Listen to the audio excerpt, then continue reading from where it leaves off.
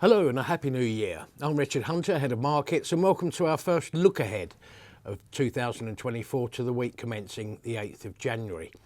Well, after a barnstorming end to 2023, markets have yet to find their feet in the first week of 2024. What's happened is that concerns have resurfaced around the pace and timing and indeed amounts of Federal Reserve interest rate cuts, because the data in the States continues to point towards not only a soft landing, but quite simply the fact that there isn't yet a need to be easing monetary policy. As such, perhaps markets have got slightly ahead of themselves. So the first few days have been somewhat challenging.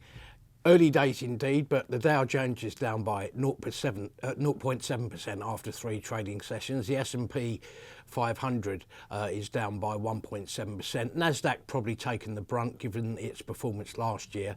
That's down about 3.3%, and our own FTSE 100 so far down about 0.9%.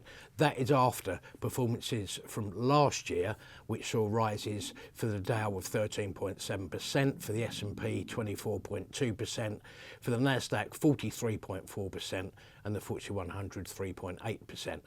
Turning towards next week, although we're in the new year, we're going to get further updates on the festive trading period from a number of retailers and supermarkets to see how they've fared.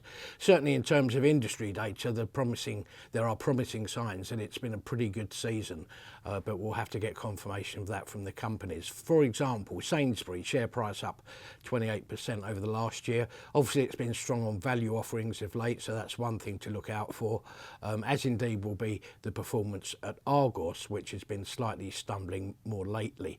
We've also got an update from Tesco, shares up about 27% over the last year or so. Things to look out for here, of course, are its grocery offering, the things that it's been also doing in terms of Aldi price match and club card prices, for example, and whether its online business continues to make a big contribution. Marks and Spencer share price up 107% over the last year, catapulted back into the FTSE 100, of course.